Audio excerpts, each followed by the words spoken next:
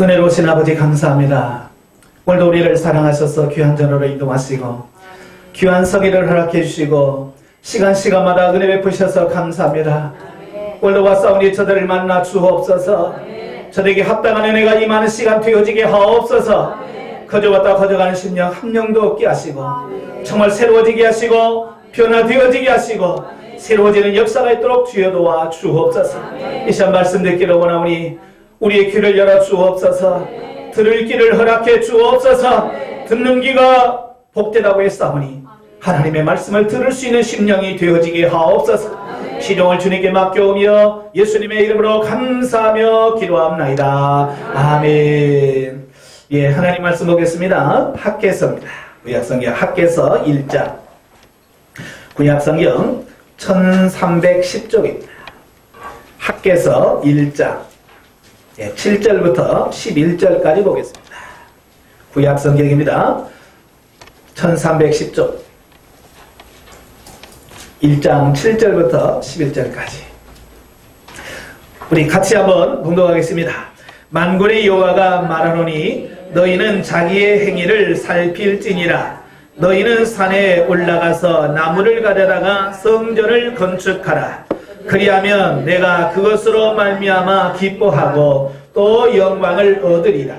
여호와가 말하였느니라. 너희가 많은 것을 받았으나 돈이여 적었고 너희가 그것을 집으로 가져갔으나 내가 풀어버렸느니라. 나 만군의 여호와가 말하노라. 이것이 무슨 까닭이냐. 내 집은 황폐하였으되 너희는 각각 자기의 집을 짓기 위하여 빨랐음이라.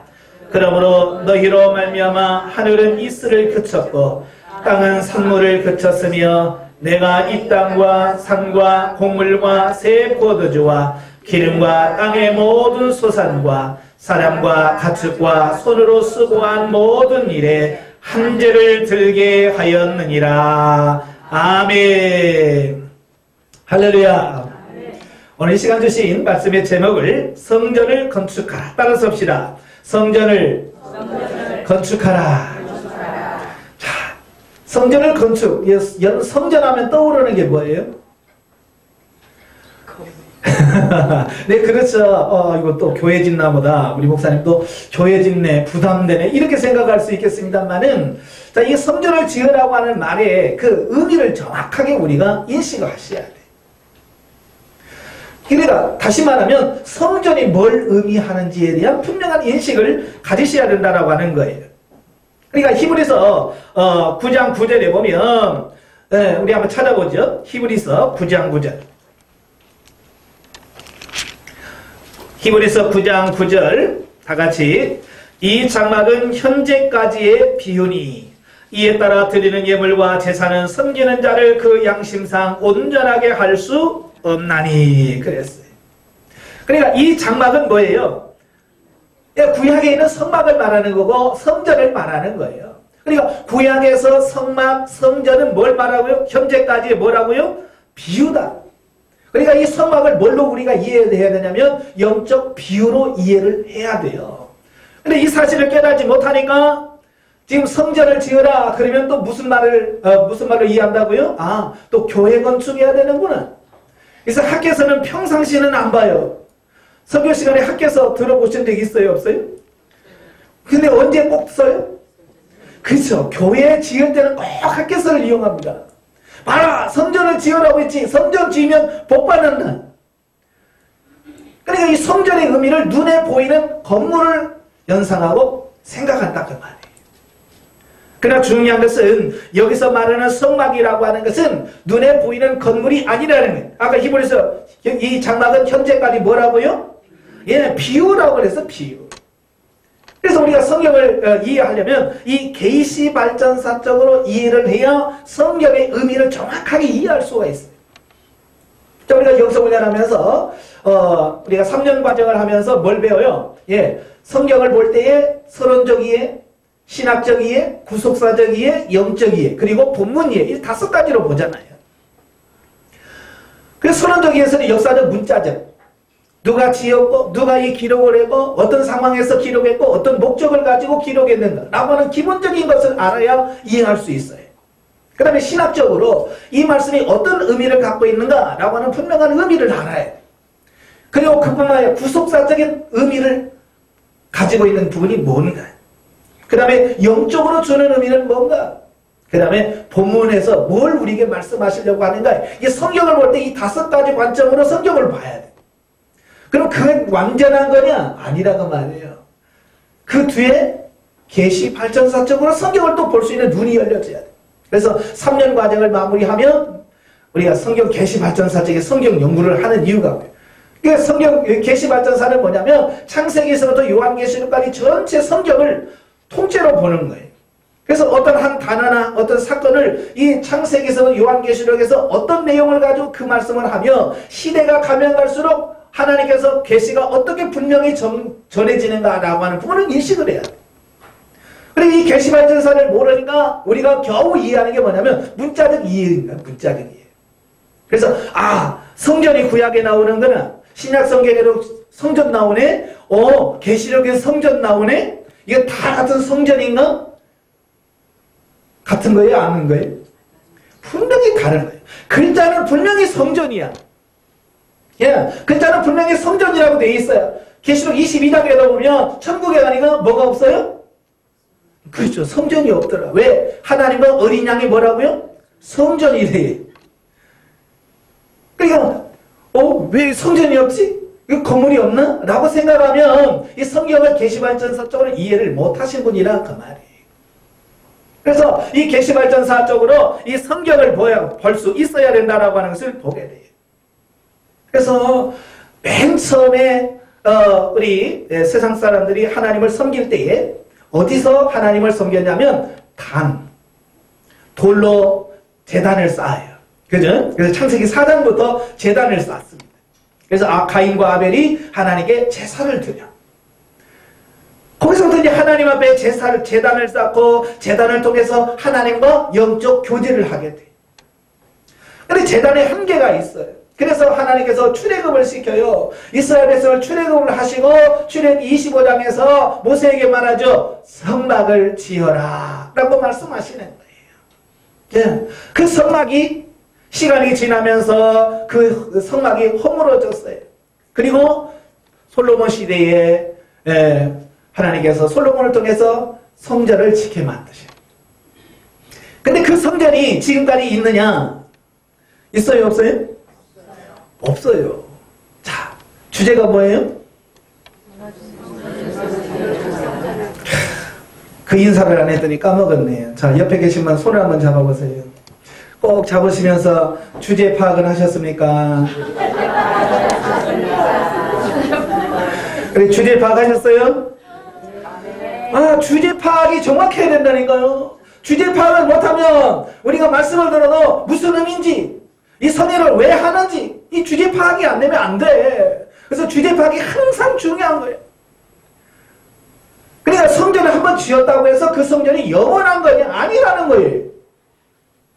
성전을 지어놓으면 뭐해요? 그 성전이 무너진다니까요. 그래서 그 모세가 장막을 만들었어요. 근데 그 장막이 영원한 거냐? 아니에요. 제사장 엘리 시대 때에 블레셋과 전쟁을 하지. 그 전쟁에 졌어요. 지니까 이스라엘 백성들이 뭐 때문에 졌다고 그래요? 뭘 안 갖고 와서 졌다고요? 그렇죠. 언약궤 법궤를 안 갖고 와서 우리가 졌다는 거야. 그래서 제사장한테 연락을 해서 법궤를 가져오라는 거예요. 그래서 제사장이 법궤를 메고 갔습니다. 그래서 이스라엘 백성들이 이제 끝났다. 이제 법궤가 왔으니 우리가 승리한다 그랬는데 어떻게 됐어요? 전쟁에서 패배하고 제사장도 죽고 법궤까지 빼앗겨 버렸어요. 성경에는 기록이 안 나오지만 그 이후에 성막이 무너졌어요. 블레셋 사람은 성막까지 완전히 무너뜨렸어요. 그걸 어떻게 하느냐? 이스라엘 백성 그 빼앗긴 그 법궤를 블레셋 사람이 가져가잖아요. 가져가서 자기 신전에다가 딱 올려놓고 자기 신이 세다는 거지. 그래서 전시물로 하나님의 법궤를 우리가 빼앗은 전시물로 그 신에다가 바친 거야. 하나님이 가만히 있어요? 가만히 안 있어. 간밤에 그냥 한번 업어치 했어요. 그렇죠? 그래서 다봇신을 땅에 없애가지고 코가 땅바닥에 기게 만들어놨어요. 이게 하나님의 능력이야. 그 다음날 보니까 자기 신이 업어치기 당했거든요. 그러니까 다시 견고하게 세워놔. 깨닫지를 못하는 거예요. 그러니까 하나님께서 한 번 더 업어치기 하는데 이는 목을 부러뜨려놓고 손목을 부러뜨려놔요. 그리고 그래도 깨닫지 못하니까 어때요? 악지를 주는 거예요. 독종을 주는 거예요. 그래서 많은 사람들이 독종을 통해서 죽어가는 거예요. 그러니까 그때서야 뭐예요? 야, 이스라엘의 하나님이 우리를 쳤나 보다. 우리가 이걸 어떻게 이길까? 어떻게 이걸 벗어날 수 있을까? 고민하다가 우리가 돌려보내자. 그래서 속죄제물로 금쥐 5개, 금독종 5개를 만들고 또 새수레를 만들고 그래서 태워서 이스라엘로 베세메스로 보내잖아요. 법궤가 왔어요. 왔는데 그 법궤가 갈 데가 없어요. 왜요? 성막이 무너졌잖아요. 갈 데가 없는 거예요.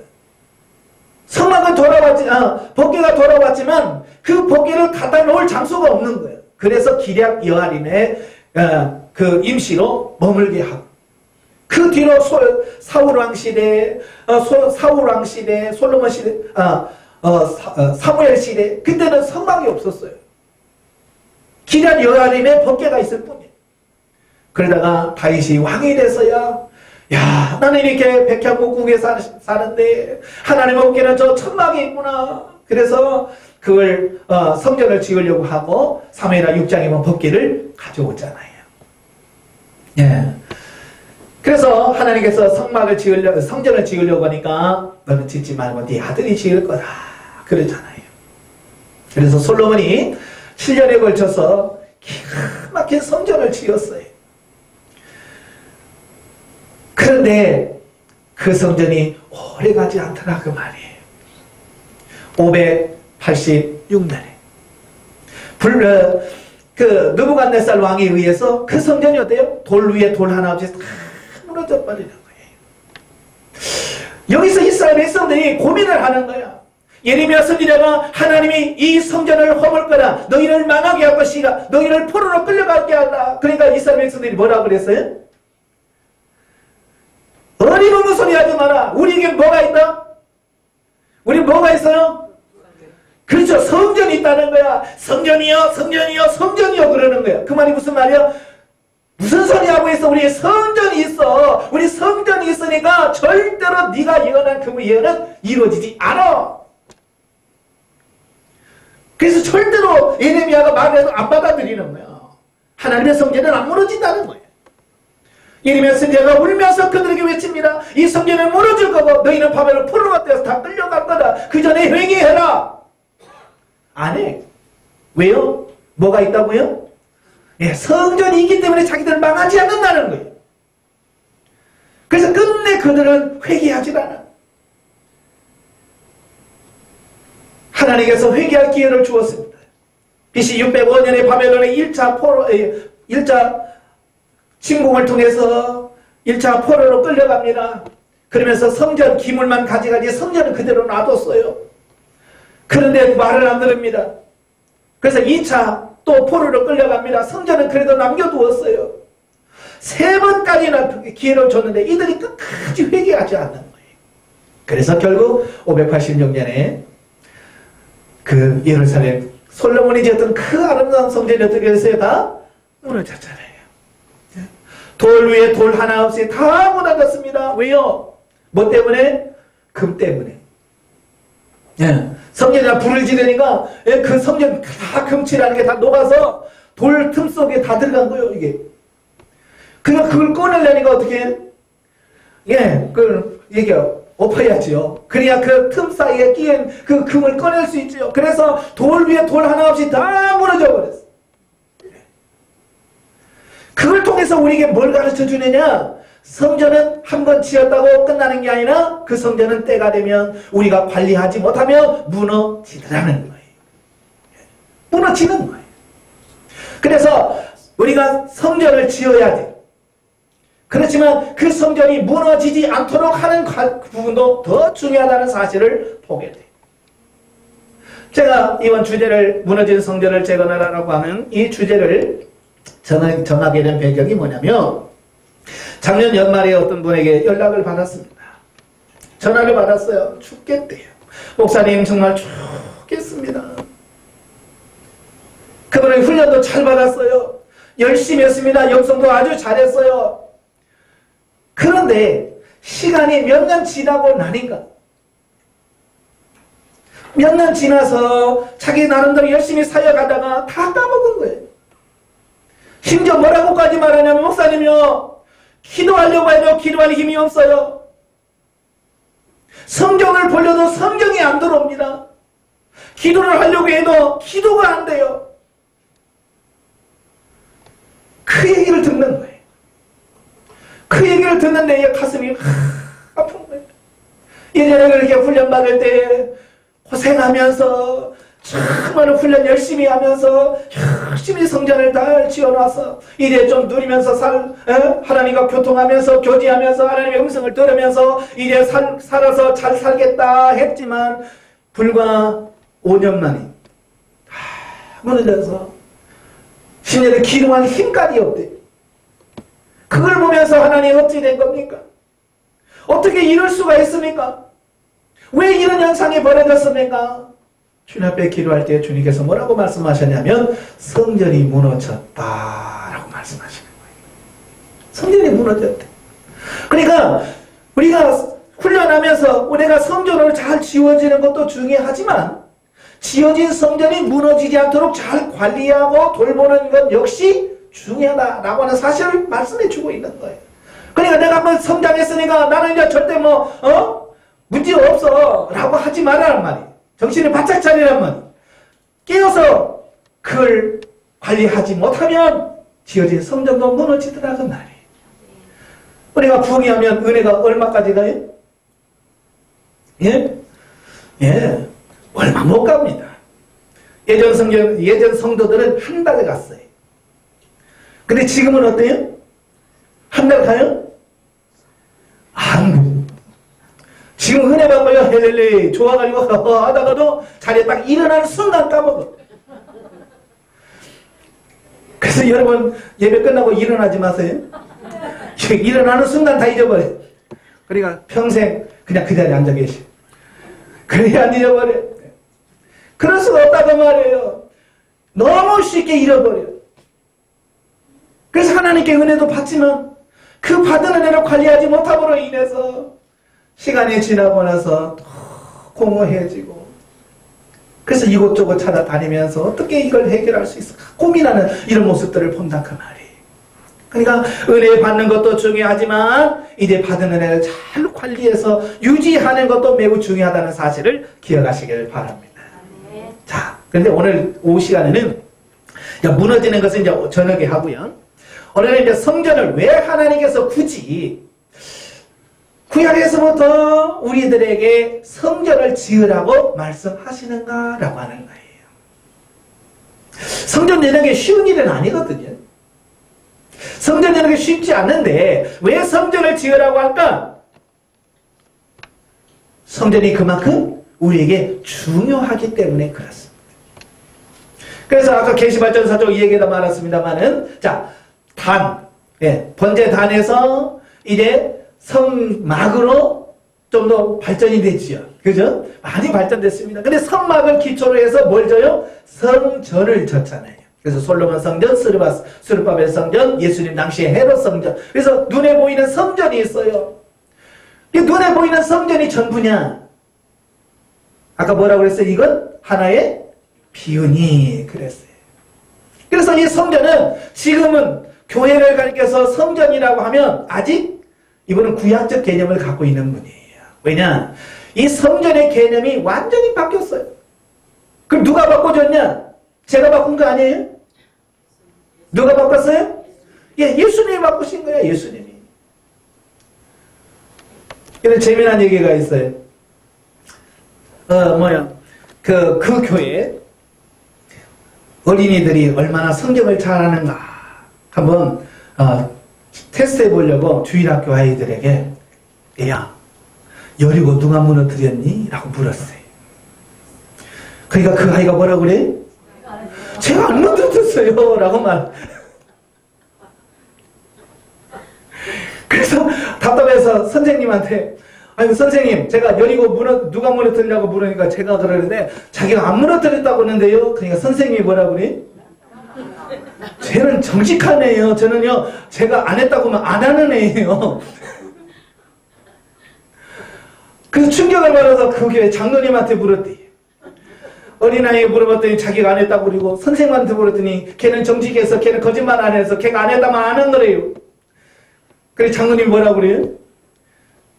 아 그러십니까? 그럼 우리가 당회를 열어가지고 손해를 배상해 드리겠습니다. 그랬대.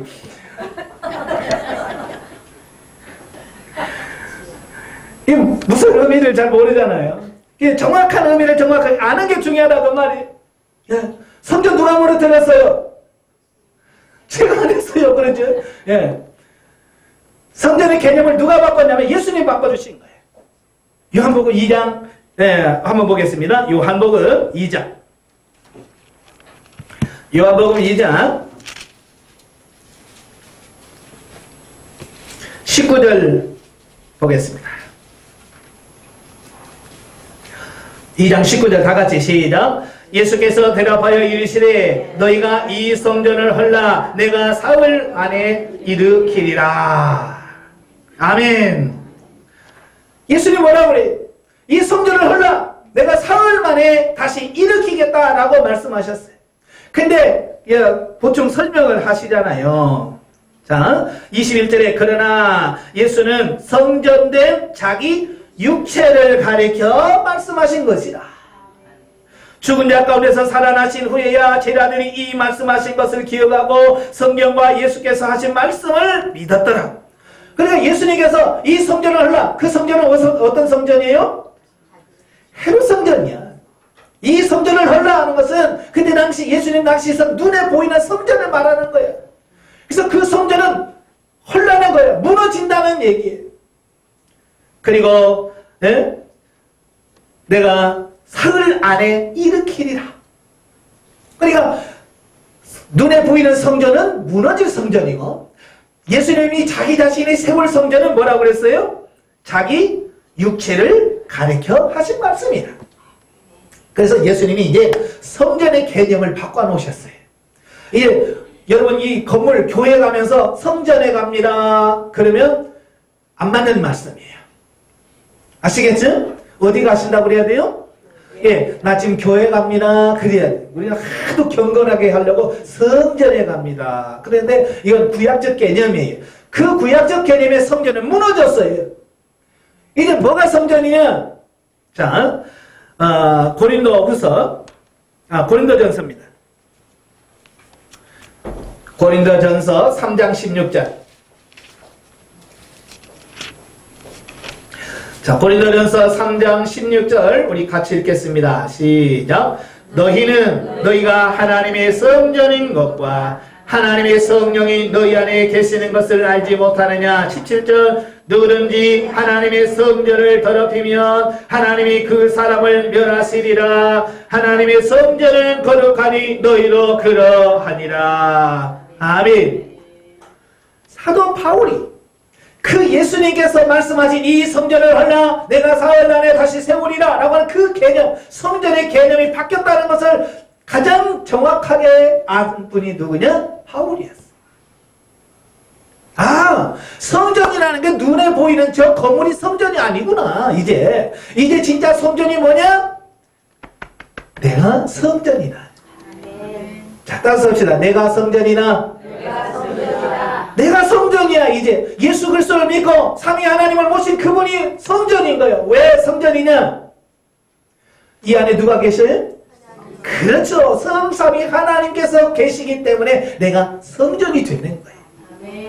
그러니까 이 성전은 뭐 돈을 얼마나 들였느냐 이쁘냐 이게 아니야.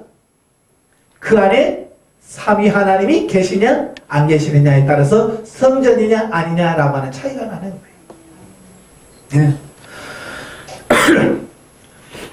그래서 이제 지금 저희가 이 여가서 교회를 세웠습니다만은 원래 이 건물을 세울 때 교회로 세운 게 아니잖아요. 그죠? 이게 33년 됐어요. 지금 이제 33년 됐는데 33년 전에 이 건물을 지을 때 뭘로 지었냐면 학원으로 지었어요. 예. 학원을 지어서 열심히 여기서 돈을 벌었는데 애들이 점점 줄잖아요. 그죠? 애들이 점점 줄으니까 학원이 점점 안 되는 거예요. 애들이 있어야 학원이 되지. 그러니까 이 학원장이 몸도 아프고 돈도 없고 이제 돈도 안 벌리고 그러니까 이 건물을 목사님한테 파셨어요. 그래서 그 목사님이 이 건물을 사서 3년 동안 열심히 하셨는데 부흥이 안 됐어요. 그러니까 재정적으로 너무 힘들고 그러니까 저한테 넘겼어요. 자, 이 건물이 원래 무슨 건물이라고요? 학원 건물이야. 근데 지금은 이게 교회가 됐어요. 자, 이게 중요한 거예요. 내가 원래가 성전이었어요? 아니었어요? 아니었어요. 이게 중요한 겁니다. 여러분, 원래 성전이 아니었어요, 여러분. 그냥 자연인이야, 그냥. 부모로부터 태어나서 그냥 자란 그 육신, 그 자연인이에요, 자연인. 그런데 어느 날 내 영혼이 거듭나면서 성령께서 내 영혼을 거듭나게 하세요. 중생케 하시고 그리고 나서 삼위 하나님께서 내 안에 들어오심으로 말미암아 이제 뭐가 됐어요? 내가 성전이 됐다. 그러니까 성전의 개념은 내게 있는 게 아니에요. 내게 있는 게 아니라 하나님이 내 안에 들어오시느냐 안 오시느냐 이것도 성전이냐 아니냐 이게 차이가 난다 그 말이에요. 자, 여러분 안에 성삼위 하나님께서 계십니까? 예, 그러면 여러분 성전이에요. 자, 그런데 중요한 게 있어요. 그냥 하나님이 내 안에 계시다고 해서 내가 진짜 성전이냐라고 하는 부분이. 근데 사도 바울은 전혀 그렇게 말씀하고 있질 않아요. 예수 믿었다. 하나님이 내 안에 계시다. 그럼 내가 성전이다? 아니. 에베소 2장에 보면 너희는 그리스도 안에서 지어져 가느니라 그랬어요. 그러니까 내가 거듭나고 중생했다고 해서 성전이 되는 게 아니라 내가 성전으로 지어져 간다. 지어져 간다. 현재 진행형으로 되어 있어. 계속 진행해 가도록 되어 있어. 그래서 거듭나고 중생한 이후에 하나님이 내 안에 들어오시는 것을 뭐라고 말하냐면 우거라는 말을 써요. 우거. 우거는 무슨 말이에요? 잠시 머무는 걸 말합니다. 네. 그러니까 그 다음에 거처라는 말씀이 있어요. 요한복음 14장 23절에 보면 하나님께서 뭐라고 말씀하시냐면 자, 우리 한번 읽어보죠. 요한복음 14장 23절.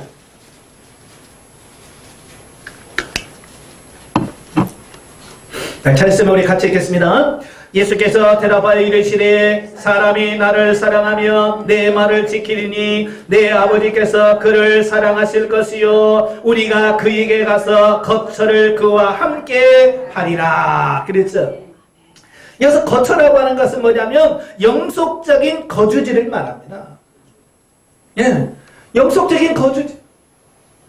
자, 여러분도 그러죠. 지금 여러분 집회 때문에 이곳에 오셔서 지금 주무시는 분이 지금 많으신데 지금 여러분 오셔서 여기서 주무시는 분들은 무슨 분이에요?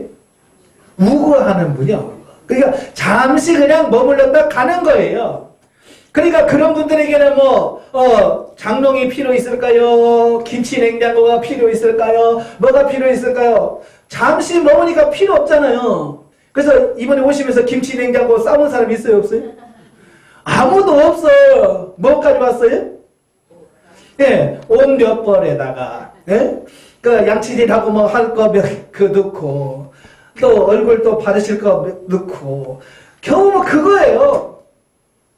다른 거 없어. 왜? 우구하기 때문에, 그냥 잠시 왔다 가시기 때문에 필요가 없어. 그러나, 거주, 저는 그렇지 않아요. 저는 이 집에 살고 있기 때문에 어때요? 냉장고도 있어야 되고 김치 냉장고도 있어야 되고 가스레인지도 있어야 되고 다 있어야 돼. 왜? 저는 여기서 하루 이틀 살다가 갈 게 아니고 계속해서 주님이 나를 부르실 때까지 아니면 다른 곳으로 너 다른 데로 가라라고 할 때까지 저는 이곳에 계속 거주해야 돼. 그러니까 저한테는 장롱도 필요한 거고 냉장고도 필요한 거 다 필요한 거예요. 그래서 사는 거예요. 없으면. 자, 그 바로 이런 거예요. 예수님이 내 안에 삼위 하나님이 잠깐 들렸다 가는 거하고 이제 아예 주님께서 자리를 잡고 내 안에 거하시는 거하고 같겠어요? 다르겠어요? 다르다고 말이에요. 그래서 하나님이 뭐라고 그래요? 내가 너희를 거처 삼아 너희와 함께 있으리를. 예. 하나님이 내 안에 들어오려면 뭐부터 해야 돼요? 하나님이 내 안에 들어오실 수 있는 뭘 만들어야 돼요? 그렇죠. 거처를 만들어야죠. 거처를. 그러면 자식들 키워가지고 장가보내고 시집 보낼 때 제일 먼저 하는 게 뭐예요? 그렇죠. 들어가서 집을 장만하잖아요. 예? 빚을 얻든지 대출을 받든지 어떻게 하든지 뭐예요? 신혼방을 만들어 놔야 돼요. 예? 신혼방을 만들어 놔야 결혼해서 그 속에 들어갈 거 아니에요. 일단 주님이 내 안에 들어오시려면 주님이 내 안에 들어오실수록 내가 성전으로 지어져 가야 삼위 하나님께서 내 안에 들어오시는 거예요. 자, 우리가 주거를 해도 마찬가지예요. 저는 참 월세부터 시작해서 전세 살다가 또 월세 살다가 월세 살다가 여기 왔어요. 이 하나님께서 우리를 이 건물을 사게 하셨어요. 예, 그러니까요 참 희한하더라고요. 이자는 계속 나가요. 대출 받아서. 그런데 뭔지 모르게 안정된 있잖아요. 옛날만 못해 사는 게. 그런데도 편안합니다. 이게 뭐냐? 이게 이제 이사 안 가도 되는구나 라고는 어떤 안정된다고요. 심리적인 이런 부분이 있더라고요. 그래서 사람들이 자꾸 내 집 그러는구나. 물론 제가 샀다고 해서 내 집은 아니에요. 하나님의 집이에요. 자, 그런 거예요. 그러니까 사람들이 이렇게 해서 평안, 안정이 되려고 그렇게 자기 집에 살려고 하는구나. 그걸 깨닫는 거예요. 그러면서 깨닫는 게 뭐냐?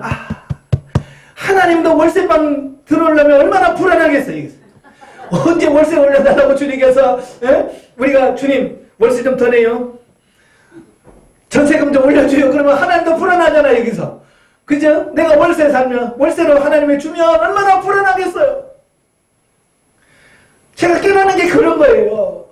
그래서 내가 완전하게 성전으로 지어져서 하나님의 내 안에 이제 영원히 가서 이건 하나님의 집입니다. 이건 하나님의 것이에요. 내 안에서 그냥 떠나지도 마시고 나와 함께 하소서 하고 주님이 하나 되면 제가 집 안에 살다고 안정을 누리는 그것보다도 비교할 수 없는 평안이 되는 거예요. 근데 제가 이렇게 안정을 누릴 수 있는 것은 단순히 집이 샀기 때문이 아니에요. 나는 이미 그 전에도 삼위 하나님이 내 안에 들어오셨어요. 성전이었어요. 그래서 월세를 살아도 평안했고 돈이 없어도 평안했고 몸이 아파도 평안했어요. 왜?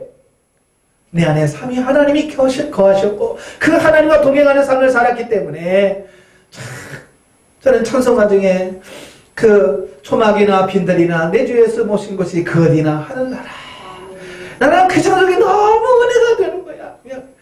그러니까 그 찬송을 부르면 진짜 월세 살든지 전세 살든지 그 의미가 없어. 그냥 주님이 나와 함께 하시고 심지어 내가 몸이 아파서 진짜 끙끙 앓고 있어도 주님이 나와 함께 하시고 나와 동행하시고 나와 함께 하시니 죽어도 천국인데 뭘 걱정할 게 뭐 있어요? 예? 혹시 몸 아프신 분들 너무 걱정하지 말아요. 죽어봐야 어디에? 예, 죽어봐야 천국인데 뭘 그거 가지고 신경 써? 예? 죽을까봐 덜덜 떠는 사람 믿음 없는 사람이야. 예? 이게 성장해서 내가 성전 삼아서 하나님과 거주하니까 참 그런 평안이 있더라고 말이에요. 옛날에는 참 아프면 죽을까봐 겁났는데 지금은 할렐루야예요. 내가 주님 나라 갈 때가 됐나? 할렐루야. 근데 하나님께서 때가 안 됐나 봐. 또 낫게 해줘. 그럼 또 살아.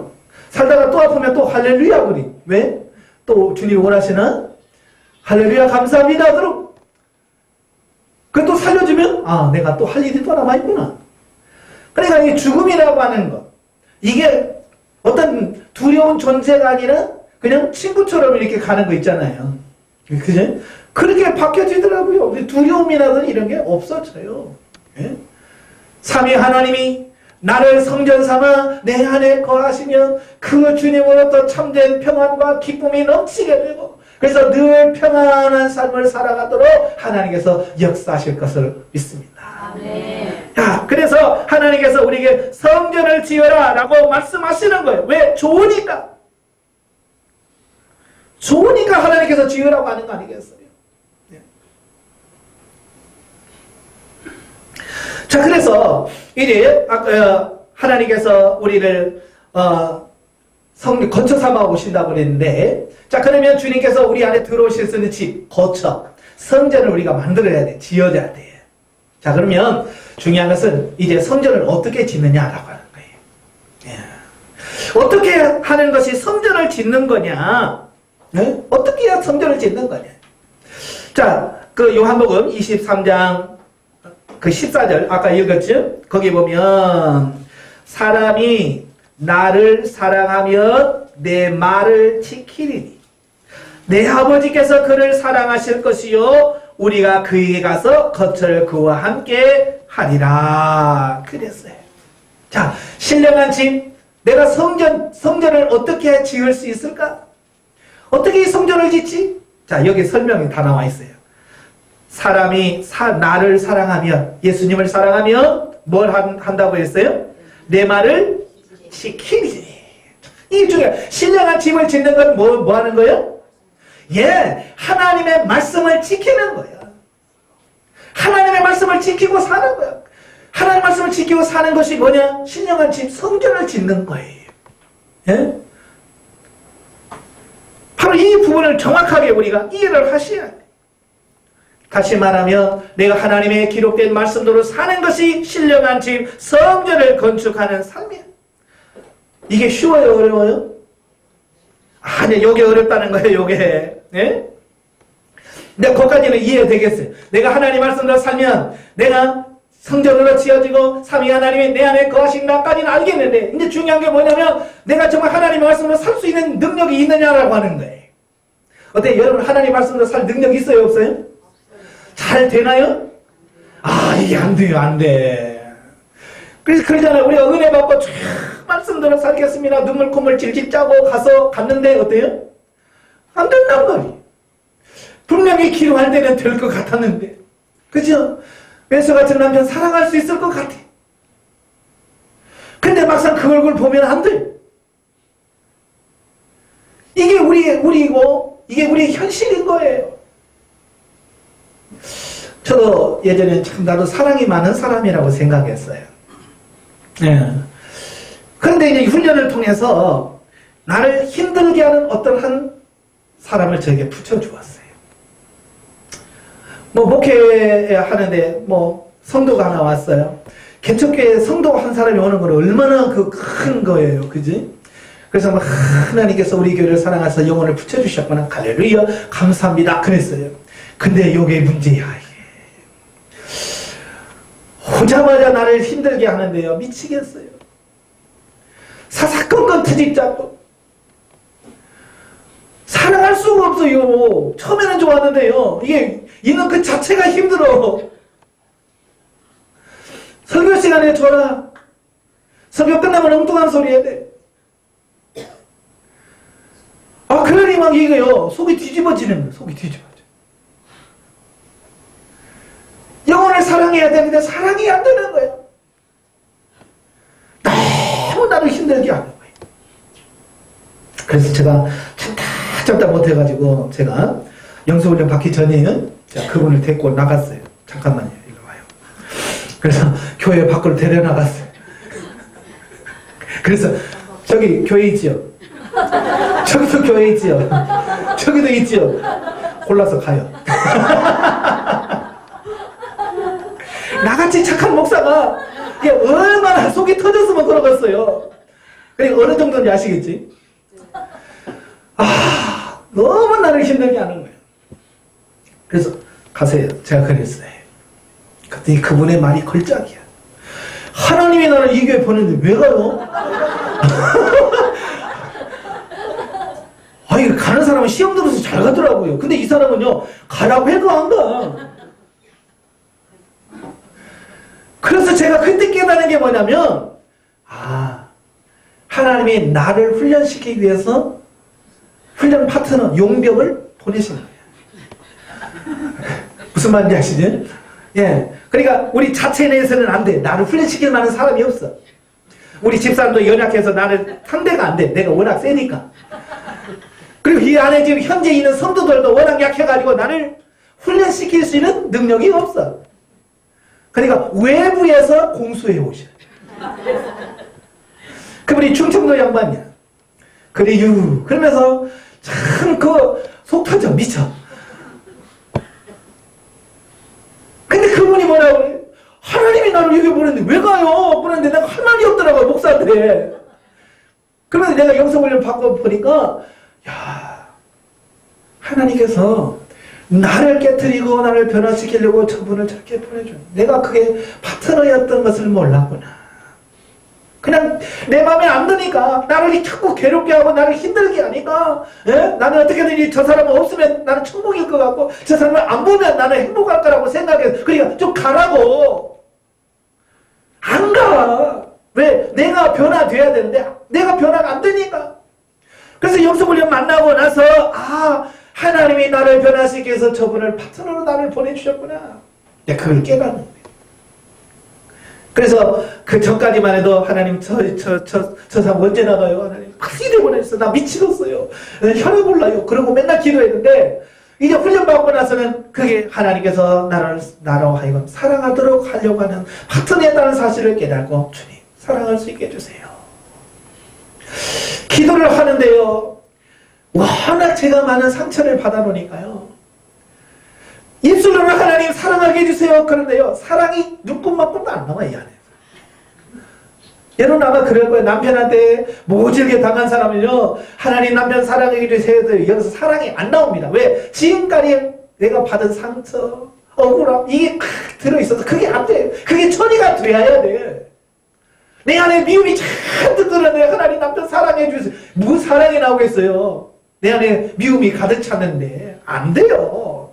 저도 마찬가지예요. 그분이 말한 말로 상처받고 행동으로 상처받고 행하는 모든 걸 상처를 많이 받았는 내가 하나님 저를 사랑해 주세요. 그런데 이게 너무 많아서 이게 안 되는 거야. 안 돼. 사랑이 안 나와. 그래서 정말 사랑할 수 있게 해주세요라고 제가 거의 2달을 기도했습니다. 정말 그 영혼을 사랑할 수 있도록 정말 눈물을 흘리면서 하나님 사랑할 수 있게 해주세요. 목사가 성도를 사랑하지 못하고 어떻게 아버지 목회할 수 있겠습니까? 성도를 사랑할 수 있게 해주세요 라고 2달을 기도하니까 2달 후에 되니까요, 꼭 반딧불 많은 사랑이 내 안에 생기더라고요. 예. 하나님 사랑을 주세요. 사랑할 수 있게 해주세요 라고 하니까 반딧불 많은 사랑이 내 안에 이렇게 생기는 게 봐요. 근데 눈뜨니가 없어져 버려. 눈 뜨는 순간 그게 안 보여. 그래서 계속 기도하니까 그게 점점 커져요. 기도할수록 그게 커지더라고요. 거의 2달을 기도하니까요, 이게 커졌어. 정말 기도할 때는 정말 사랑할 수 있겠다. 저보다 더한 사람이라 사랑하겠다. 그런데요, 이제 눈을 떠도 이제 그 사랑이 있더라고요. 근데 언제 없어지냐면 그 사람 얼굴만 딱 보는 순간 그게 없어져요. 많이 발전됐어요. 사랑도 있어요. 사랑도 생겨났어요. 그런데 그 얼굴만 딱 보면 그 순간 나도 모르는 사이에 자동적으로 얼굴 돌아가 버려. 나도 이거요, 안 겪어본 사람만 못합니다. 그렇게 사랑할 수 있도록 해달라고 기도했는데 막상 그 얼굴로 돌아가 버려요. 이게 그러면서 막 돌아서면 막 내 가슴에 또 이게 뭡니까? 이게 뭐요? 하고 또 가슴을 치면서 하나님 또 회개하고, 그분을 사랑하려고 하니까 6개월 걸립니다. 6개월 눈물을 흘리면서 사랑할 수 있도록 해서 기도하니까 6개월 되니까 그 얼굴 봐도 사랑이 계속 나와요. 그래서 손잡고 감사해요. 버텨줘서 감사해요. 안 나가줘서 고마워요 하고 이제 그렇게 돼서 사랑이 흘러갔어요. 그래서 이제 기도가 바뀌었습니다. 하나님, 나도 바뀌었으니까 저 사람도 바뀌어서 우리 교회 기둥이 되게 해주세요. 옛날에는 빨리 빨리 좀 해주세요 그랬는데 이제는 우리 교회 기둥 같은 일꾼을 세워주세요라고 기도를 했어요. 난 그분이 바뀔 줄 알았어. 왜? 내가 바뀌었으니까 저 사람도 바뀌겠지 그랬는데 어느 날 그분이 저한테 와요. 목사님, 심각하게 목사님 저 이사 갑니다.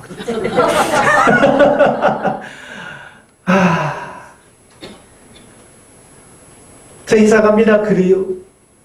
그러니까 순간적으로 이 속에서 할렐루야 그러기도 하고 한쪽에서는 이제 조금 사랑할 만한데 왜 이 가자라고 아쉬운 반 할렐루야 반 이게 속에서 감정이 막 섞이더라고요. 그래서 저희 집사람한테 가서 여보 그 사람 이사 간다는데 그랬더니 집사람이 뭐라고 해요? 할렐루야 왜 그 말하는지 아시죠? 네. 목사를 그만큼 훈련시켰으면 사모는 어떻게 하겠어요? 오직 했겠어요. 목사를 잡는데 사모 안 잡겠어요? 죽는 거야지 뭐. 그러니까 집사람도 그게 눌렸던 거예요. 그러니까 이사 가려니까 할렐루야가 나오지. 근데 그 할렐루야 듣는 순간에 제가 제 입에서 무슨 말이 나오냐면 그거 안 되는데 이건 제가 그랬어요. 사랑해야 되는데 안 돼. 그럼 이사 안 갈 거야 제가 그랬거든요. 아니나 다를까 그 말이 떨어지자마자 그분이 들어와서 목사님 큰일 났어요. 왜요? 이사 못 가게 됐어요. 이 하나님이 주신 마음은 그냥 기가 막히다니까. 아니 그래서 왜 그랬더니 갑자기 이게 틀어졌대.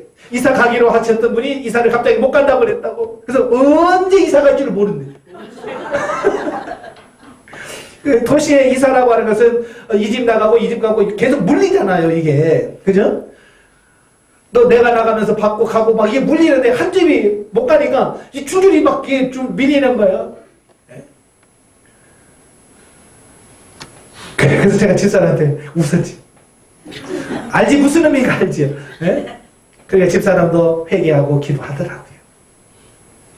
언제 갈지 모른다고 하더니 한 달 후에 목사님 가게 됐어요. 그러시더라고요.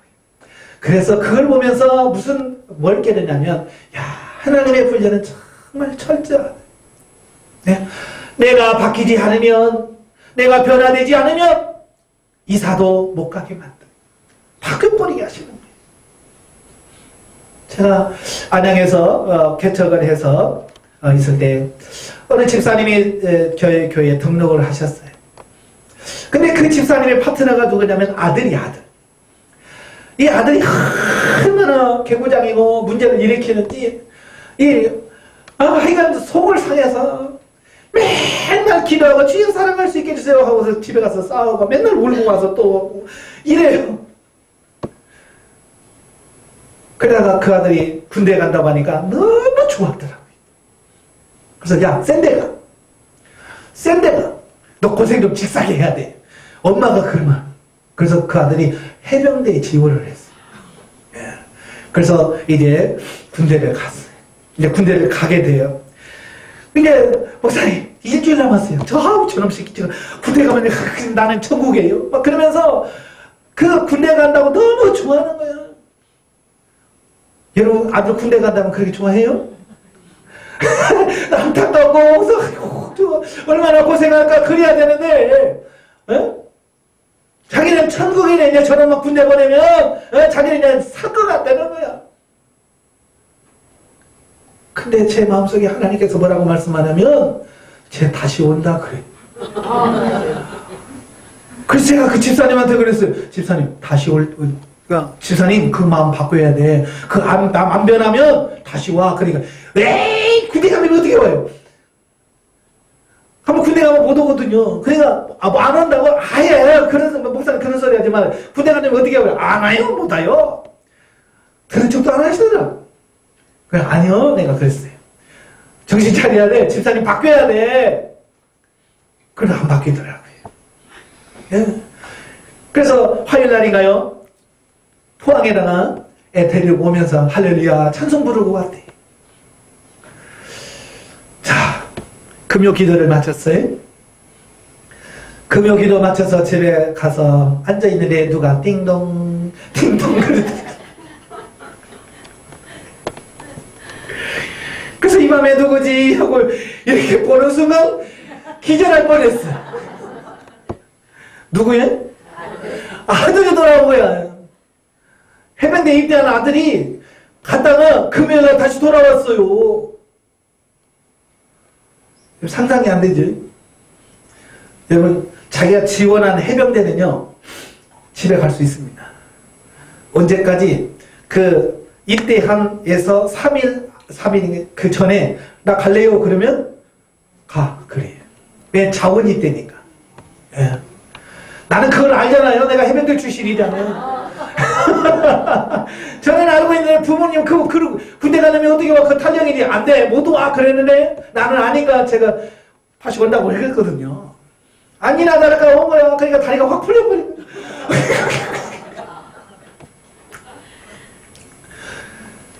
그러니까 그 밤에 교회를 뛰어왔어요.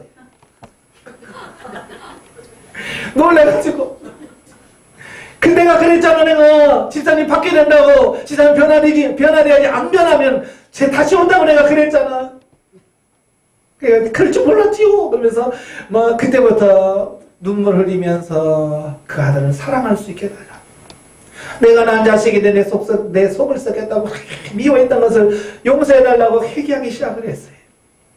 예, 진짜 회개하고 그러니까요 사이가요 확 좋아져요. 예, 그렇게 왼수같이 하더니 그 회개하고 집사님이 사랑으로 품으니까요 그 사이가요 기가 막히게 좋아졌어요. 예, 그러니까 그 아들이 뭐라고요? 나 군대 갔고요. 그러더래요. 그래서 어디 갈 건데? 그러니까 특공대 간대. 해병대보다 더 센 특공대 간다고. 그래서 갔다 왔어요. 그런데요 희한한 것은요 군대 가서 아이가 편하기 시작하는데 확 바뀌어버려요. 휴가 올 때마다 바뀌어와요. 근데 뭐냐 그 아이가 왜 그렇게 안 바뀌었느냐. 왜 안 바뀌었어요? 그렇죠. 엄마가 문제야. 엄마가 문제인데 엄마는 자기가 문제라고 생각을 안 해요. 자기 문제라고 생각 안 하고 항상 아들 문제야. 저놈 새끼는 맨날 경찰서 오라고 경찰서 가서 맨날 합의 봐야 되고 그거 있잖아요. 그 친구가 무에타이 뭐 이런 거 했어요. 운동. 그러니까 끄떡하면 그냥 시내에서 그냥 붙어서 패고 그러는 거예요. 그러면 경찰서에서 니네 부모 오라고 그래. 그러면 경찰서에 오면 가서 맨날 가서 죄송합니다. 예? 하고 합의 보고 막 요거하는 거예요. 그러니까 부모의 속이 얼마나 터지겠어요. 예? 그러니까 미워할 만하죠. 예? 그런데 하나님 그를 사랑하라고 그럼에도 불구하고 사랑하라고 했는데 너무 속색이니까 사랑이 안 되는 거야. 그 사랑이 안 나오는 거예요. 그러니까 하나님께서 계속돼서 문제를 더하게 하시는 거예요. 여러분도 마찬가지. 여러분 깨달지 못하면 계속해서 문제가 계속 오는 거예요. 여러분 남편과의 관계도 마찬가지예요. 내가 변화되면 남편이 바뀌는데 내가 안 바뀌면 내가 바꿀 때까지 저 인간 안 바뀌어. 잘 기억하셔야 돼요. 아시겠어요? 반대로 마찬가지예요. 아내가 속색일 때 내가 바뀌어야 바뀌지. 내가 안 바뀌면서 아무리 두들겨 패도 안 바뀌고요. 예? 쫓아내도 안 바뀌고요. 그건 진짜 안 바뀌어요. 왜? 아까 그 성도가 그러잖아요. 하나님이 보냈는데 왜 가요? 가는 것처럼 하나님이 당신의 파트너를 붙였는데 내가 왜? 예? 내가 왜 그 사명을 감당하지 못하겠는가? 그래서 열심히 감당하는 거야 지금. 그러니까 속색이는 건 뭐 하는 거예요 지금? 사명 감당하는 거예요 지금. 그러니까 그 상대방은 지금 나를 위해서 사명 감당하느라고 얼마나 고생하는지 몰라요. 어떤 분이 와서 그래요. 자기 남편은 담배는 다 펴대고 술이랑 술은 다 먹어대고 그거 미치겠네. 그래서 제가 그랬어요. 누구 때문에 담배 피는데? 내가 그랬어요. 누구 때문에 술 먹는데? 집사님 때문에. 그러니까 막 팔짝 뛰는 거지. 왜 내가 나 때문에 술 먹고 담배 피느냐? 내가 조곤조곤 설명해 주었어. 지금 집사님 바꾸려고 독약인 줄 알면서 지금 마신다. 그게 술이 맛있어서 먹는 줄 아냐? 집사님 바꾸려고 그 몸에 해롭다는 백행무익이라는 담배를 막 계속 피워대는 거야. 누구 때문에? 나 때문에. 근데 알아요, 몰라요? 모르는 거야. 왜 그런지를 모르니까 계속 싸우는 거야. 그것만 알면 바뀌어집니다. 내가 변화되면 상대방이 바뀌게 돼 있어요. 내가 바뀌지 않으면 아무도 안 바뀌어. 왜 이 말을 하냐면 이 바뀐다고 하는 게 쉬운 게 아니라는 얘기예요. 그래서 하나님께서는 내가 할 수 없으니까 할 수 있도록 만들어주기 위해서 계속해서 훈련과 연단의 과정을 거쳐서 변화시키는 거예요. 그러니까 오늘날 제가 이만큼 변화될 수 있는 것은 누구 때문이냐? 파트너 때문이라고 말이에요. 그러니까 파트너 때문에 저를 힘들게 하고 힘들게 하면 주님 앞에 기도하면서 내 안에 있는 독성, 악성 독성을 빼내게 하시고 처리하게 하시고 사랑할 수 없는 사람을 사랑하게 하시고 용서할 수 없는 사람을 용서하게 만들고 이해할 수 없는 사건들을 계속 주면서 하나님 왜 이해 안 됩니다. 그러면 주님께서 이해시켜 가면서 나를 바꿔가게 하시는 거예요. 할렐루야. 하나님이 여러분을 그렇게 바뀌어 가실 줄로 믿습니다. 예. 그래서 하나님께서 오늘도 저와 여러분들에게 이 훈련을 시키신 이유가 뭐예요? 바로 여러분을 변화시켜서 하나님이 거하실 성전으로 만드시기 위함이다 라고 하는 것을 보게 돼요. 가끔 보면 그래요. 목사님 요즘에는 하나님과 교제가 안 됩니다. 하나님의 음성도 안 들리고요. 자, 하나님의 음성을 제대로 듣지 못하는 이유는 두 가지. 첫째는 내가 성전으로 지어지지 않아서 하나님의 삼삼위 하나님께서 내 안에 거하시지 않으면 하나님의 음성이 들려지지 않습니다. 또 한 가지는 뭐냐? 지어졌다가 무너져 버린 경우도 안 들립니다. 그러니까 많은 분들 목사님 예전에는 잘 됐었거든요. 하나님께 물으면 즉각 제가 말씀하시고 깨닫게 하셨는데 요즘은 더 소식이 없습니다. 왜? 무너졌어요. 그 무너진 사람은 어떻게 해야 돼요? 회복해야죠. 예. 그럼 왜 하나님께서 우리를 성전으로 만들길 원하시는가라고 하는 거예요. 왜 하나님이 우리를 성전으로 만드시길 원하시는가? 자, 출애굽기 25장. 출애굽기 25장입니다.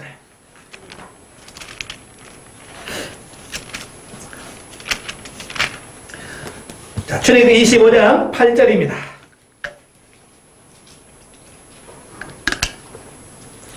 출애굽기 25장 8절 다 같이 시작. 내가 그들 중에 거할 성소를 그들이 나를 위하여 짓되. 자, 왜 하나님께서 성소를 지으라고 하느냐? 왜 성막을 지으라고 하느냐? 뭐 하려고? 그들 중에 거하려고. 네. 내가 집을 지어야 하나님이 들어올 거 아니에요. 그렇죠?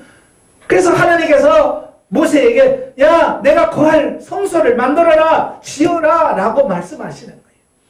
그래서 하나님께서 내 안에 거하시려고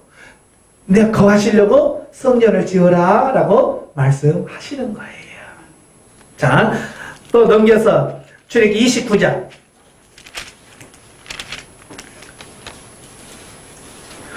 출애굽기 29장 42절 43절 42, 43절 다 읽겠습니다. 시작. 이는 너희가 대대로 여호와 회막문에서 늘 들을 번제라.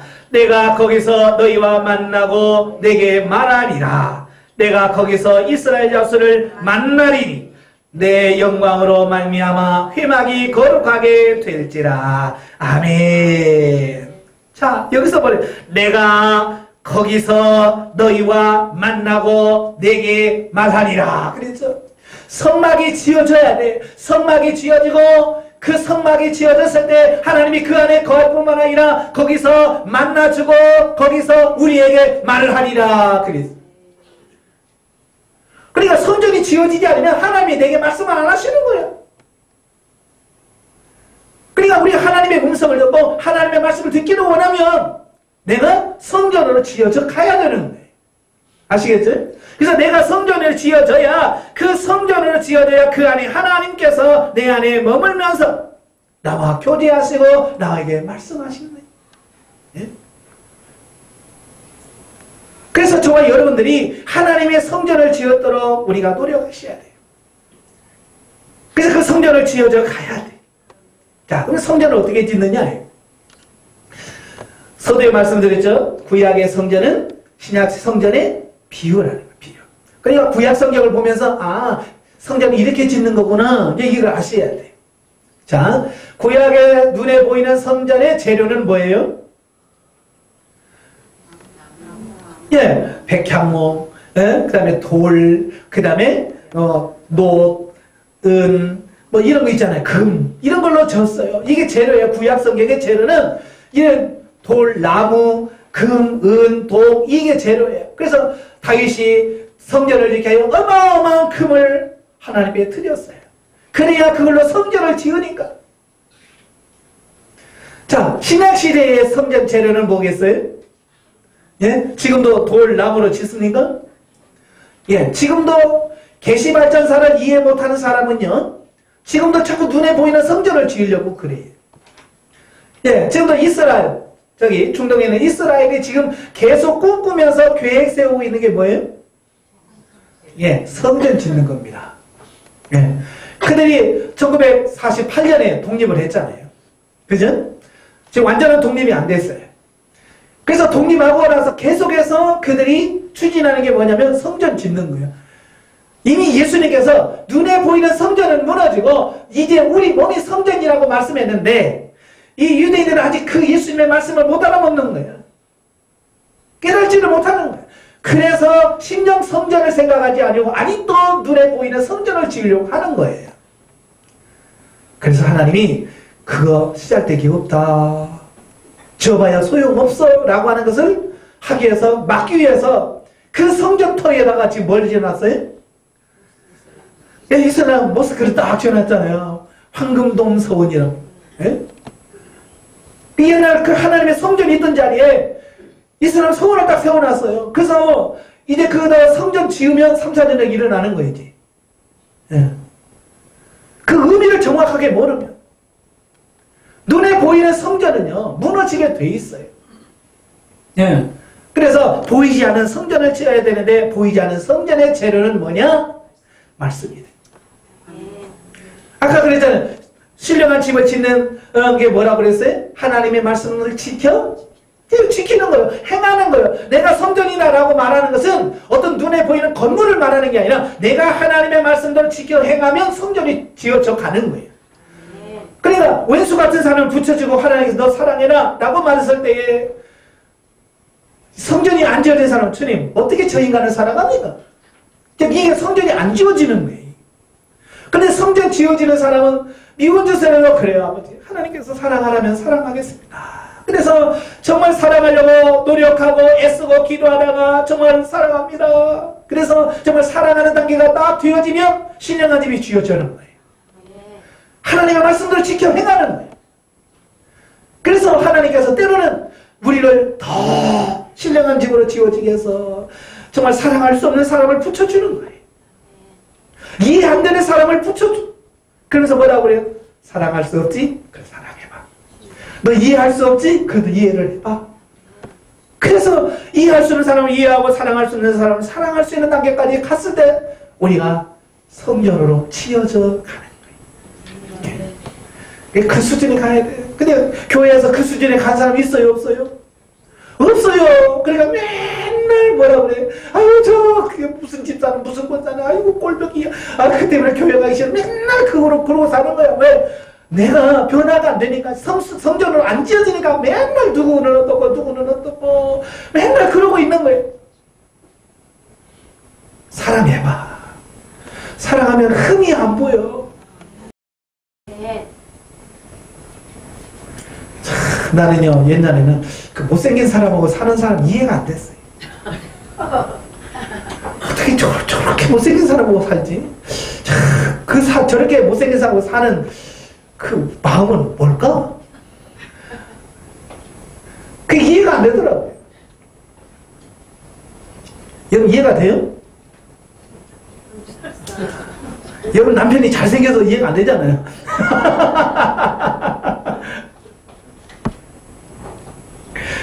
저는 이제 이해가 좀 돼요.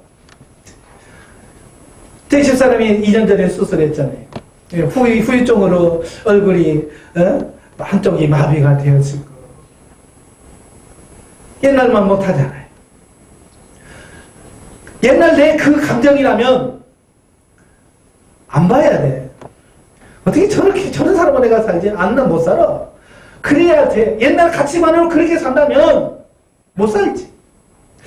근데 희한한 것은 뭐냐면 그게 이뻐요. 그건 말로 어떻게 표현할 수가 없어. 그게 전혀 그게 흠이다 뭐 이런 게 이게 전혀 느껴지지 않는 거예요. 그래서 이래서 그 사람들 다 그렇게 사나구나. 예? 사랑하면 그냥 단순히 감정적인 그런 사랑이 아닌 진리 생명적인 사랑이 되면 그게 문제가 안 되는 거야. 여러분도 마찬가지로 남편하고 부부 왜 갈등이 있어요? 진짜 사랑하면 문제가 안 돼. 근데 우리가 그 수준에 못 가니까 그냥 사상건건 뭘 가지고 트집지 않고 이래서 뭐 저거 이래서 안 되고 저래서 안 되고 이래서 싫고 저래서 싫고 맨날 우리는 그러면 사는 거예요. 왜? 사랑이 없어서 그래요. 쉽게 말하면 성전을 우리가 아직 안 지어진 거예요. 예? 여러분 사고와 가치관을 바꾸시기를 바라요. 예? 그래서 이제 신약 시대의 성전의 재료는 뭐냐? 말씀이에요. 말씀. 예? 그래서 3년 과정 하면서 성경을 창세기부터 계속 가르치는 이유가 뭐냐? 결국은 말씀으로 돌아가야 돼. 말씀으로 돌아가야 돼. 말씀을 모르는데 어떻게 살아? 그렇잖아요? 중세시대에 왜 기독교가 타락해서 천주교가 타락할 수밖에 없냐면 말씀을 몰라 성도들이. 중세 카톨릭 지도자들이 생각해 낸 게 뭐냐면 똑똑하면 골치 아프다는 거예요. 가르쳐 놓으면 잘난 체하고 지잘났다고 해서 말 안 들으니까 정책적으로 무식하게 만들어버리는 거예요. 말씀에 대해서 무식하게 만드는 거예요. 그러니까 뭘 말씀해도 그냥 할렐루야 아멘 하고 그냥 받아들이게 만드는 거예요. 그러니까 면제부 팔면서 이거 팔면 지옥가 니네 엄마 천국가 할렐루야 하고 막 돈 주면서 면제부를 사는 거야. 성경을 조금만 알았다면 어떻게 그게 가능합니까? 그게 성경적인가요? 성경 어디 나와요? 그랬을 텐데 아무도 그걸 안 따져. 왜? 무식하니까. 성경에 대해서 무지하니까 그렇게 면제부를 팔아도 아무도 그걸 말하지 않아요. 그러나 성경을 아는 루터를 보니까 비성경적이야. 이게 성경에 나와있지 않는 거야. 성경이들 아니까 그걸 판단할 수 있는 거고 그건 아니다. 그래서 1517년에 비텐베르크 성당에다가 그건 아니지 않냐 95개 조항을 달았습니다. 이건 비성경적이지 않냐라고 조목조목 따져가지고 써놓은 게 그게 종교개혁의 시발점이 되어진 거예요. 예? 영도 마찬가지예요. 성경 모르면요 세상 참 편해. 그냥 시킨 대로 하면 돼. 근데 내가 시키는 걸 하는 그게 성경적이니 비성경이 자기도 몰라. 얼마나 불쌍한 거예요. 그러니까 노예처럼 사는 거예요. 하나님 그걸 원하지 않으셔요. 정말 성경의 말씀을 우리가 이해하고 깨달아서 정말 하나님께서 이렇게 살기를 원하시는구나. 깨달아서 아버지 이렇게 살기를 원해요. 하나님 이렇게 나도 살게 해주세요 라고 기도하면서 하나씩 순종해 갈 때에 내가 신령한 집 성전을 지어져 가는 거예요. 아시겠죠? 이제 성경을 알아야 돼. 그래서 영성이 되면 자꾸 말씀이 보고 싶고 말씀이 듣고 싶고 말씀을 더 깨우치고 싶고 성경을 가까이 하게 돼 있어. 어때요 여러분? 성경에 가까워져요? 멀어져요? 성경이 멀어진 분은 이제 무너지고 있는 중이에요. 무슨 말인지 아시지? 성경에 가까워야 돼요. 말씀이 가까워야 돼요. 그래서 계속 말씀을 읽고 또 읽고 또 읽고 그래서 그만 살아요. 예? 그래서 베드로전서 2장이 되려면 예? 말씀이 재료라. 예? 어린아이같이 순전한 젖을 사모해라. 순전한 젖이 뭡니까? 하나님의 말씀인 거예요. 그래서 말씀을 가지고 우리가 열심히 순종하고 갔을 때에 우리가 영적으로 세워질 수 있는 거예요. 자, 재료는 신약성경 말씀이에요. 그러면 그 집을 짓는 도구는 뭐예요? 예, 은사잖아요. 은사가 도구예요.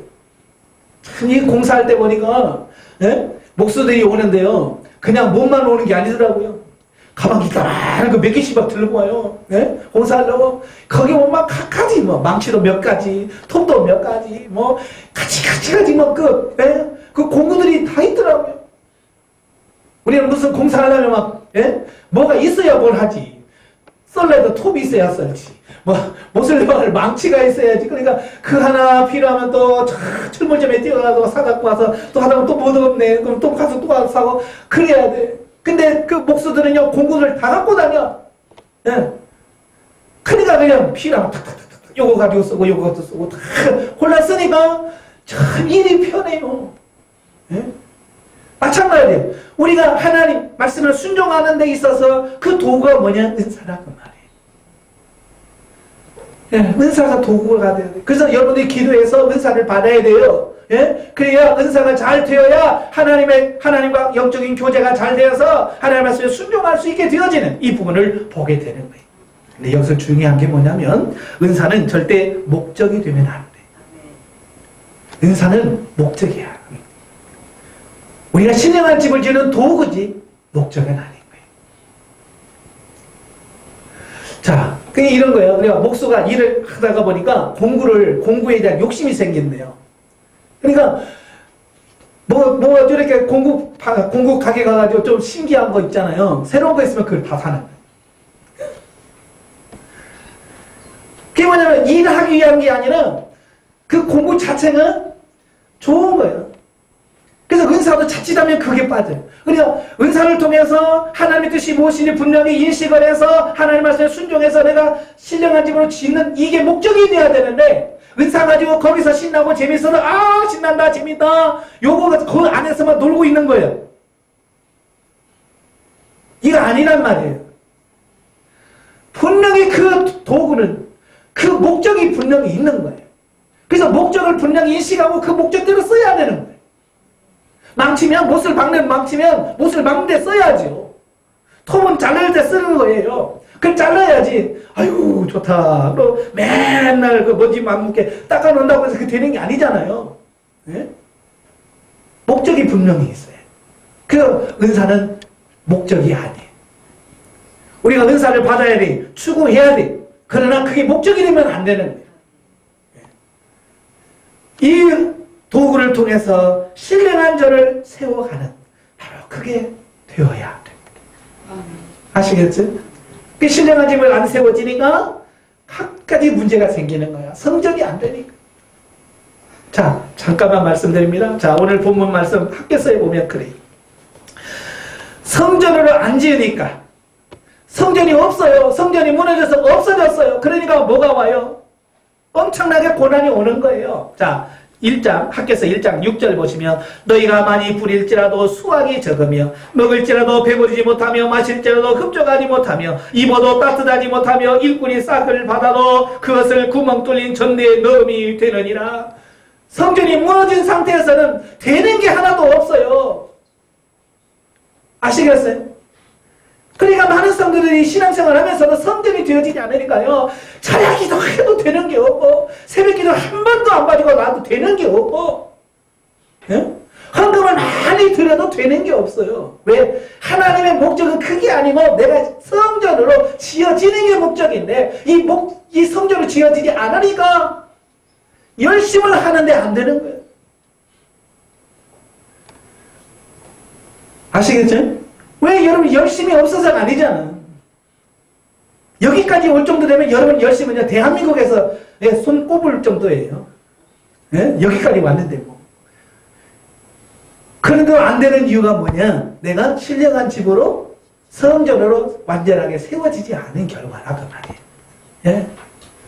그래서 뭐라고 그래요? 만군의 여호와 말하니 너희는 자기 행위를 살필지니라. 너희는 산에 올라가서 나무를 가려다가 성전을 건축해라. 성전을 건축해야지. 성전 건축하지 않으면 이런 상황이 어떤 상황이? 6절의 말씀. 너희가 많이 뿌릴지라도 수확이 적고 먹을지라도 배도 안 부르고 마실지라도 흡족하지 못하고 입어도 따뜻하지 못하고 돈을 하나로 구멍 뚫린 전에 술술 다 나가는 이 성전으로 안 지어지면 이런 생활이 반복해서 계속 된다고 말이에요. 예. 어떤 분이 그래요. 돈 버는 건 많은데 남는 게 하나도 없어요. 구멍 뚫린 전대예요. 예. 구멍 뚫린 전대요. 아무리 보면 뭐예요? 다 빠져나가는데 남는 게 없는데. 왜? 하나님은 나를 성전 지어서 하나님과 교제하면서 하나님과 만나고 하나님을 닮아서 예수 그리스도와 교제하면서 신령한 삶을 살기를 원하는데 우리는 거기에 관심이 있는 것이 아니라 오직 뭐예요? 자기 집 짓는 데만 바빴다 그 말이에요. 육신의 생활. 어떡하면 우리 집 아파트 평수 들릴까? 뭐 이런 것만 신경 쓰지. 정말 정작 하나님께서 성전 지으라고 이 부분을 놓쳐. 그러니까 열심히 해서 아파트를 샀는데도 뭔가 공허해. 채워지질 않는 거예요. 근데 열심히 뭘 해서 뭘 하나 샀는데도 기쁨이 없는 거야. 왜? 성전이 지어져야 돼. 이게 성전이 안 되니까 참 기쁨이 없더라 그 말이에요. 그런 생활을 언제까지 하시겠어요? 예? 언제까지 하시겠어요? 이제 이번 기회를 통해서 그 부분을 많이 고쳐 나가셔야 돼요. 그래서 변화되시고요. 말씀대로 순종하지 못했던 것들이 순종해지고 사랑하지 못했던 게 사랑이 되고 용서 못한 사람 용서하고 깨지지 못한 분이 깨져서 주님이 원하시는 삶으로 살아지는 그 삶으로 우리가 변화되어졌을 때 이제는 뭐예요? 심으면 돼요. 이제 조금만 일해도 하나님이 채워주시고 조금만 먹어도 배가 부르고 조금만 벌어도 돈이 남아. 이게 뭐냐? 하나님의 목적, 성전으로 짓는 하나님의 뜻이 성취되었기 때문에 그런 거예요. 네. 참 저는 기적 속에 살아요. 맨날 그래요. 나는 기적 속에서 삽니다. 왜냐면 돈 갖고 사는 게 아닙니까? 제가요 작년 9월부터 지금까지 제가 뭘 사역을 하든 뭘 하든 제가 벌어본 수입이 얼마냐면 60만 원입니다. 작년 9, 10, 11, 12, 1 이게 5개월 동안 사역해가지고 제가 수입 이렇게 받아온 사례비가 60만 원이에요. 6개월에 60만 원 살아 못 살아요? 못 살아. 근데 살잖아. 기적이 아니에요? 이 성전이 지어져서 하나님과 동행하니까 적게 들어와도 부족함이 없고 많이 들어와도 남는 것도 없고 네. 그냥 살만하게 하나님께 역사하시는 거야. 그러니까 저는 그냥 맨날 기적 속에서 삽니다. 기적 속에서 삽니다. 예. 뭐 안양에 살 때는 안 그랬나요? 똑같아. 정말 이 수입에 의지하지 않고 살게 하지. 예. 안양에서 목회할 때 우리 교회 성도들이 사례비를 180만 준대 한 달에. 그래서 고맙다고 그랬죠. 그래서 교회가 뭐 어려운데 뭐 180을 줄 수 있나요? 예. 한 달 주다가 한 달 안 주다가 제가 96년부터 목회해가지고요 20 몇 년이에요 지금 20 몇 년을 목회하면서 사례비를 1년 12달 딱 받은 게 딱 2년이에요. 그 다음 그 뒤로는 5번 받고 6번 받고 많이 받으면 7번 받고 이거 계산하면 못 살아요. 근데요 살게 하시더라고요. 왜 그런 줄 알아요? 성전으로 지어지니까 구멍 뚫린 전대가 아니야. 시원이 들어가면 사르고 과부의 집처럼 시원이 새끼를 쳐. 무슨 말인지 알아요? 그러니까 수입이 적어도 살게 하셔. 참 기가 막혀. 이건 맛본 사람만이 알지 이걸 맛보지 않고는 어떻게 이게 설명이 안 되는 거예요.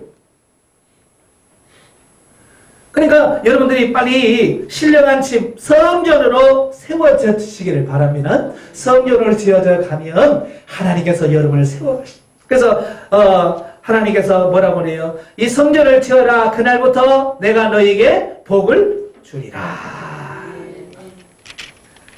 2장 19절에 말씀합니다.